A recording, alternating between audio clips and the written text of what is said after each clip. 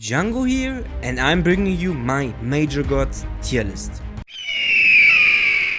Before we start the tier list, I want to mention that it's a very subjective tier list. This is what I like to play, what I feel is strong, what I've seen in all the games that felt strong also to play against.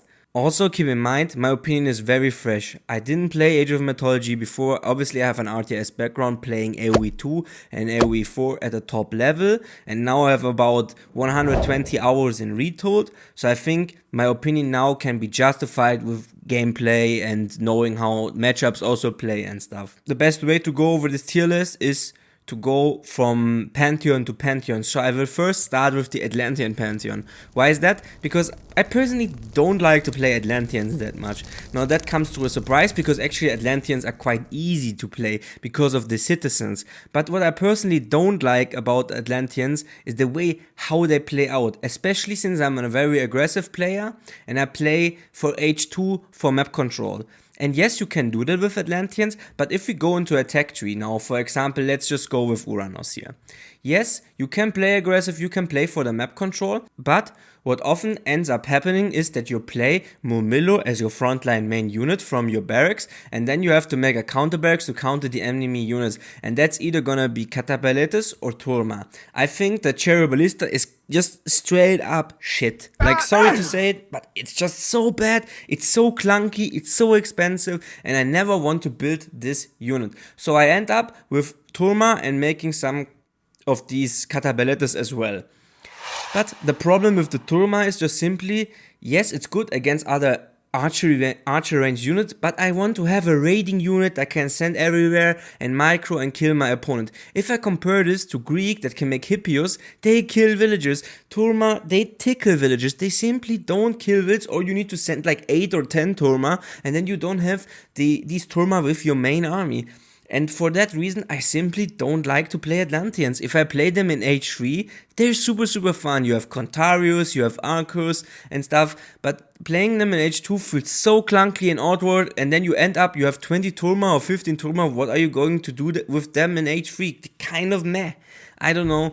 Simply, that's the reason why I don't rate Atlanteans that high, and for me the god the worst for me personally was Gaia. Now I haven't played the new Gaia with the new patch, so keep that in mind. I'm putting Gaia as a disclaimer, CT hero, haven't played her in the new patch. The reason for that I'm putting Gaia so low is simply if we look at her tech tree.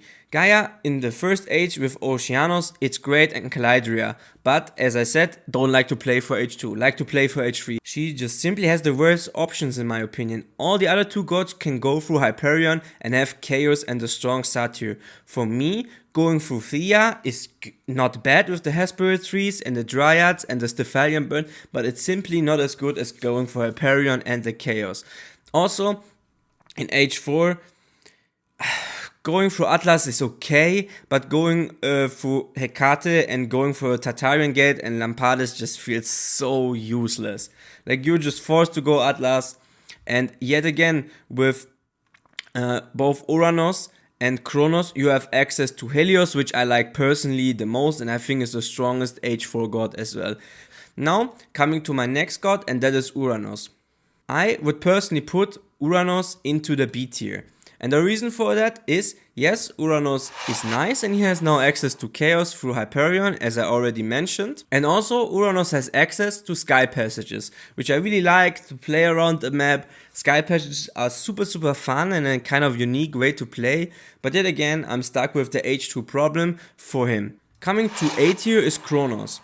The reason why I put A tier Kronos is simply because of A, versatility of playstyle, and B, the sheer brutality of aggression you can put on with Kronos. With Uranus, also I made a guide for going fast heroic age, which I still like, but with Kronos you simply have the options to play very aggressive, because you can time shift your building forward and you get right away 2 free myth units instead of 1. So time shift forward, you go for the Promethean, play really aggressive, you're always the first one to attack, you deconstruct their temple, which is super annoying in the early game, and then you're just on the pressure, and then you can play the map. And if you don't, you can even go into a second TC, and I don't think it's bad. You can go H3 then again through Hyperion and Chaos, and H4 you have, for me, Helios again, which I think is super strong. So for me personally, Kronos has everything what Uranus and Gaia also kind of have in the Atlantean bonuses, but it just feels so much better and so more aggressive. And yeah, I personally think Kronos is the best out of those 3, at least also for my playstyle. Now I think I want to continue with Greek. Greek were the first Pantheon I played, the reason for that obviously being that they are very close to Age of Empires 2 and Age of Empires 4 civilizations. So for me, with Greek, I have no doubt about it. For me, Poseidon is a clear ST in terms of strength. But not also in terms of strength, Poseidon is really good. I also think he's super fun to play. I like to play with mobility, I like to play aggressive in H2, and as you know, you go through Hermes, you get those centaurs out, you get the spirit charge, compare it with your cavalry, and you have such a strong mobile army composition. Yeah, I know everybody's playing Poseidon right now, but I don't play Poseidon every game, every 5th or 6th game, and then I really like and enjoy to play him. Also, I think Poseidon has the best H3 tech tree. For the heroic age, I think this is the age where most games in Retold get decided. Yes, you get some Mythic Age gameplay as well, but for me, mostly Mythic Age is kind of the nail in the coffin, which seals the deal on most games. But in H3, it's really going to decide if you're gonna win or if you're gonna lose. And here you have both Aphrodite and Dionysus, both the Curse and the Bronze are the best god powers for Greek, both the Nemean line and the Hydra are the best myth units. So you just pick your poison, or in the matchup, whatever you feel is the best for you, and you go with that. Going now into the C tier for me is actually Hades. The reason why I rate Hades really low is kind of, again, the playstyle. In my opinion, Hades plays way more passive. Just the H1 god power, the sentinels, I mean it's obvious, you protect your town center. Then in H2, you don't have access to the sand tower, to that raiding mobility unit. Yes, you can go for Athena, get out the Minotaur as well, and also I think Sarissa hoplites are really strong, but it's simply not the same. Ranged soldiers and heroes get plus more ranged for Hades is kind of fun, and in AoE 2 I actually really like the archer or crossbow micro. In Age of Mythology it's more a patrol and then move around or move out units, so I'm not getting the same fun out of the archer micro. That's why I rank Hades lower also in terms of fun personally for me. I think there's a lot of potential, especially going for Ares and playing for Cyclops. I haven't tested out that much with Cyclops yet, so I think there's some potential there and that Hades pumps up more. Also, the 2TC play with Hades is a potential, but then again, I just released a guide with Zeus for 2TC and you still get Centaurs, and with 2TC, it's so nice to have access to Ceasefire, because if you're in a pickle and you need some more time, simply get that Ceasefire and you buy yourself some time more. That's why I also think the 2TC with Zeus is just better. So as I mentioned, I think Zeus is better than Hades. Now I really struggled to rate Zeus in B or A tier, but I would still put him in A tier. The reason why I put Zeus in A tier is you have both access to Athena and Hermes in H2, giving you some versatility, but also you can still play 1TC and go for Centaurs and Cavalry. It's not that strong as Poseidon, but it's still very strong and fun. Also, you have the best H1 god power in my opinion with Bolt. If you guys want that I make a tier list about all the god powers and what I'm thinking about them as well, write a comment down below in the video description. Also, something that Zeus has is just the iconic lightning storm. I mean, when I was a kid, my favorite god power was lightning storm. Just press it when you play the campaign and obliterate your opponent when you had lightning storm, or in a skirmish match against the AI. So much fun, I love to do it, and yeah, it's just also a nostalgia thing. But overall, putting Zeus into the A tier. Okay, I think let's continue with Norse. For me personally, Norse really fits my playstyle. How I like to play the game, how I approach the game, play for a really heavy map control style of play. You have the ox cards, you go around the map and you play really aggressive and you get all the map resources and drain on your opponent. You don't need to make farms, no anything. That's why I really love to play Norse. And for me, the god you can do that the most is Loki. Loki is so much fun. So as you saw, I put Loki into S tier, right? Because I really like Loki. You human soldiers and heroes, they can spawn myth units in fights. It's so much fun. You just play so aggressive into your opponent's face. If you go for Seti and you can go for the forward healing spring. I also made a guide on that in my YouTube. Check it out. It's really nice. And then also going for Heimdall and for Undermine. Both are excellent options in my opinion, which makes Loki so much fun. You play really aggressive, you play for H2, and then you have an H3 timing behind it. You can either go Bragi in Flaming Weapons or Njord and for the Walking Woods. Both myth units are great and both gods are really nice. And then in H4 you go for Hel and the Nidhogg. I mean, you have a flying dragon that spits fire. I mean, what else do you want really? As I said, for me Loki clear S tier, and now I had to really choose if I put Odin in A or S tier. And for me personally, Odin is the first god in the A tier, so he's like kind of leading the A tier on the jump to S tier. I think Odin is really nice.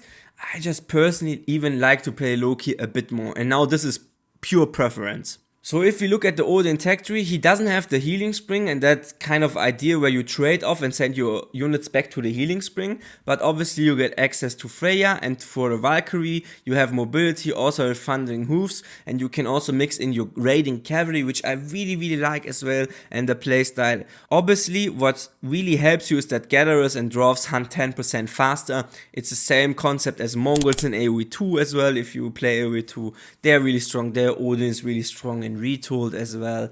So yeah, overall for me, Odin leading on the A tier. Just a personal preference that I like Loki more. So now we have left Thor and Frey. For me, Thor is kind of between B and C tier. I'm putting him in B tier though, because I simply think the C tier gods are which I like less and are not that strong also to me.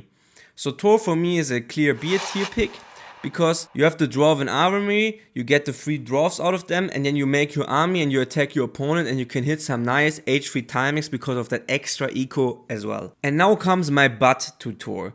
Thor is really one thing only. It's simply dwarven armory, or I rather play Odin or Loki. So if you don't want to go for the dwarven armory build, then kind of Thor doesn't have anything that I'm excited about. I'm really honest. Like, rather play Loki or Odin, and also Thor again is a more passive playstyle. You place the dwarven army, you sit more in your base, you try to play way more passive. It's still strong, and you have some economy, and then you push out and you hit your H3 timings. Personally, Odin and Loki just shine in my opinion way more than Thor does. Now the last god for me, and it's for me just a clear D tier. Freyr is for me a clear D tier. The reason is that you play so passive. Like, everything about this god screams passive to me, and I personally don't like passive. I like to trade, I like to play aggressive. Obviously, yes, the Golem Bursty is really strong, and going for Uller and getting that Asgardian Bastion feels nice, but again, I'm just waiting for a keep to come down. I'm sitting in my base, I'm placing it there, I'm trying to protect it, and then sure, you can get your technologies cheaper, but it just plays so slow. And then, again, the other options from Norse, both Thor, Odin and Loki, just feel also stronger. So there's no reason for me to pick Freyr if I have Thor, Odin or Loki as options on maps. Like, I would never pick Freyr over that. If I want to boom, there are even other gods in other pantheons that do booming better than Freyr. So why would I ever pick Freyr? Like, there's no reason. Also, their myth unit, the Draugr, here in H2 also feels so underwhelming and bad. Like, the idea of having this archer unit, it looks so cool, but it does no damage. Like, it needs a buff in my opinion, and then maybe we can talk about Frey, because I think it's really nice. I think going Aegir and having the Grog Giant is kind of nice, and obviously the Inferno is so cool. Like, so cool, but simply so weak. Okay, leaving now, which I personally like to play the most of, is the Egyptian Pantheon. And for me, I have to say, I would have put Ra into the D tier because, like, again, Isis and Set are just so much better. But actually the build with Ra going for X-Men and things is really, really nice, super fun, and then you have a kind of a mid-game timing for Rain. In 3 days, I'm gonna release a full guide on this Ra build, so subscribe to the channel now, don't miss it. In 3 days, you get a guide about this type of play. So now, for me, Ra is actually a B tier. Also, the recent buff where berries got buffed on him was really, really nice. So now, Ra for me, way better than before. The only problem I have about Ra is his H3 and H4 gods. Going H2 through Bast is nice, and it's the strongest minor god in my opinion. Going through Ptah and going through Shaduf, I think it's just a trap and making farms too early because there's so much resources out of the map. In H3, you simply don't have access to Nephthys, and Nephthys is just the best with the Ancestors and the Scorpion Man. Sure, Sobek with the Locust is kind of okay, but I think personally that Nephthys is just way better. And again, in H4 you have Osiris, which is nice with the Son of Osiris.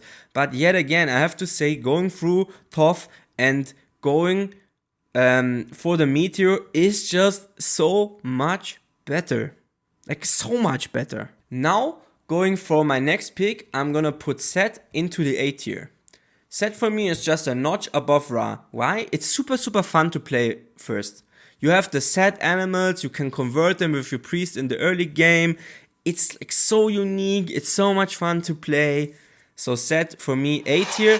Also, you have two really cool builds. You can go up through Anubis and you can go for the 2TC Anubite play or even 1TC Anubite, very, very aggressive. Then you can go for Ptah and you can combine your Shifting Sands with the Vision and then Shifting Sands in your opponent's base. It's also such a fun and unique play, and behind it you can go 2TC, you can go faster road. It enables so much options, and this is what I really like to play also. I like to play aggressive, yes, but I also like to have a multitude of options and strategies and keep my opponent guessing. And Set has that potential. You can make so much things. And again, H4, obviously going through Thoth, going for the Valley of Kings, Meteor plus Phoenix. I mean, come on, it's a Phoenix. Like, so cool and also so strong. So yeah, there you have it, Set into the A tier. The god I personally like to play the most, I think is the best god also for me to play, is Isis. I also have an Isis fast mythic build order, so check that out, link in the description. I would put Isis even into S plus tier, but there is no S plus tier here, so I put Isis into the S tier, leading here in the pack. I'm gonna explain why I put Isis into S tier. First and foremost, what Egyptians really want is gold. And with Isis you simply have prosperity, which gives you so much more gold. Just compare that to Ra, you get food. Like, I'd rather have gold with the Egyptians, so Isis is really nice. But you can get Flood of the Nile, which is again, I think personally the best archaic age tech.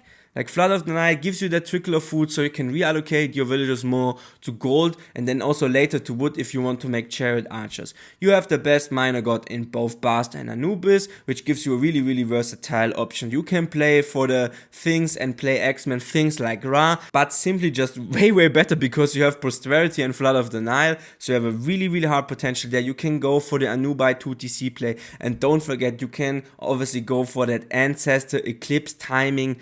So strong, and that Ancestor Eclipse timing enables you so much. You can go 2TC behind it, you can go for the fast mythic like in the build order through Thoth and get the Valley of Kings and Meteor. You can go 2TC even in the second age. Isis has so much options, so much versatility, and can play so aggressive but also can like lay back and then have a timing push. I love to play that god, and it's so flexible as well because technologies cost 10% less. For me, Isis, my absolute favorite god to play, most fun as well. So that is it. This is my major god tier list. Let me know what you think about it. Let me know how you see your tier list. If you want, obviously you can make a screenshot as well of your tier list, post it in the Discord, we can chat about it. This is all for me. Stay fly, Django out.